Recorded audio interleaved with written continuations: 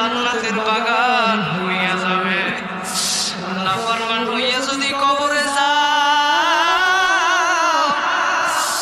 আমার মাওলার ঘোষণা মিন ওয়ারাইহিম জাহান্নাম, কবরের ডানে আগুন, বামে আগুন, সামনে আগুন, পিছনে আগুন।